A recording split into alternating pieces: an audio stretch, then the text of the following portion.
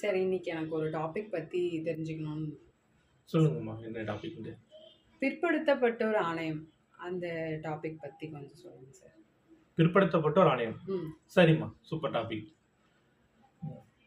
பிற்படுத்தப்பட்டோர் ஆணையத்தை பத்தி சொல்ற ஆர்டிகல் 340. முதல் பிற்படுத்தப்பட்டோர் ஆணையம் அமைக்கப்பட்டது 1953 ஜான்வரி 29.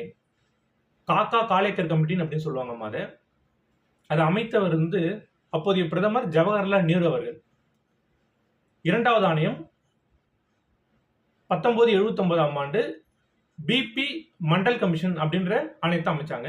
அந்த பிபி மண்டல் அப்படின்றது ஃபுல் ஃபார்ம் என்னன்னு கேட்டீங்கன்னா, பிஸ்வேசரி பிரசாத் மண்டல் கமிஷன் அப்படின்னு சொல்லுவாங்கம்மா அவர் பேரு.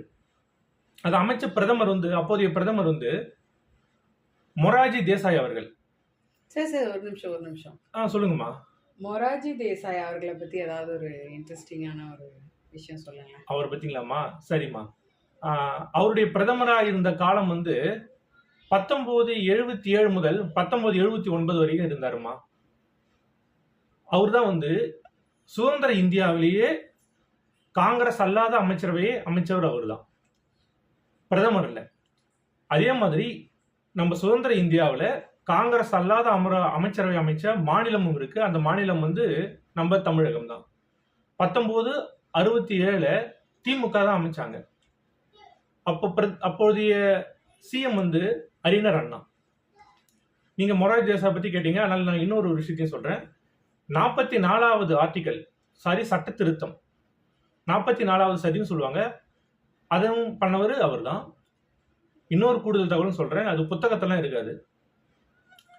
சுதந்திர இந்தியாவில், நீங்க சுதந்திர இந்தியாவும் ஏதோ ஒன்று எடுத்துங்க, இந்தியாவில் ஒரு முதல் அரசியல் தலைவர் 100 வயதை கண்டறிந்தவரும் அவர் தான். நம்ம தமிழகத்தில் இப்போ ஒருத்தர் இருக்காரு, அவர் பேர் நல்லக்கண் அவர்கள்.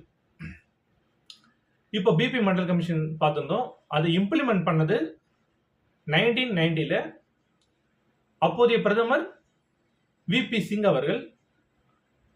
தமிழகத்தில் அப்போதைய சிஎம் கலைஞர் கருணாநிதி அவர்கள். நன்றி. தேங்க்யூங்க சார்.